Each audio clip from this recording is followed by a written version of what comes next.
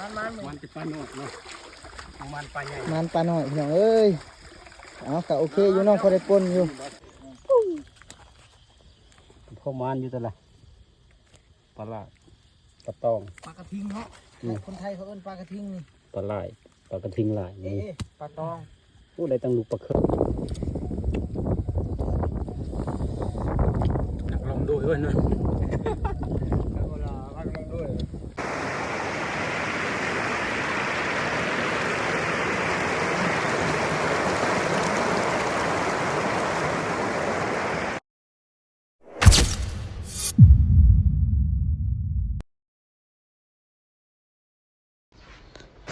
สบายดีพี่น้องแบบสุขุสุทานเด้อพี่น้องเด้อ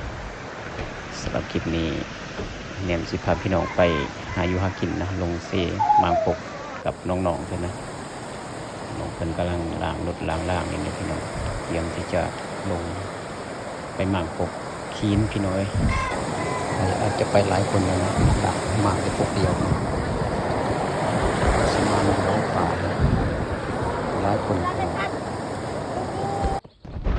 เบิ่งผู้บ่าวเพิ่นตึงแฮนะพี่น้องว่าสิได้หรือบ่แฮมกระต่างแล้วพี่น้องโอ้ยน้อยมันมื้อนี้มันพี่น้องมันจะปลาหนวดเนาะมันปลาใหญ่มันปลาหน่อยพี่น้องเอ้ยเอาก็โอเคอยู่น้องพอได้ปนอยู่พอได้ปนแล้วเนาะนี่ให้ผ่านเพิ่นโอ้ยพี่น้องเอ้ยน้องลงมาเอาป่าเนาะพี่น้องเนาะพ่อมันอยู่แต่ละปลาไหลปลาตองปลากระทิงเนาะคนไทยเขาเอิ้นปลากระทิงนี่ปลาไหลปลากระทิงไหลนี่ปลาตองพูดอะไรตั้งลูกปลาเครื่องเลยมาในที่ปกตัวนี้สุดยอดมันพี่น้องนี่บ่อหยันก็มาโอ้ยยอดมีมาแล้วจังมันประหลาดคักดูลูกเลยสิได้เบาท่าบ่ได้มาเนาะบ่าวท่าบ่ได้มาคิดฮอดบ่าวท่าเด้เนาะบ่าวท่าบ่ได้มาโอ้เสียดายเด้บ่าวท่าเอ้ยบ่ได้มานี่ปลาก็พอได้กินอยู่เลยนี่ปลาเสียเพิ่งกับปลา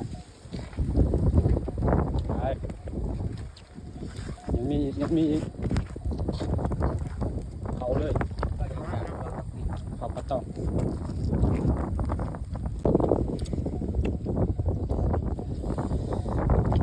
ลองดูด้วยนะ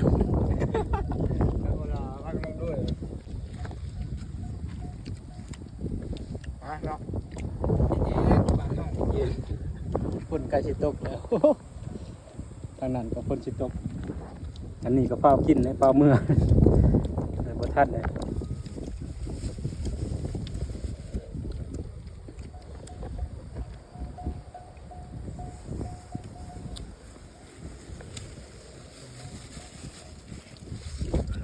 ทีมงานไม่รุ่นด้วย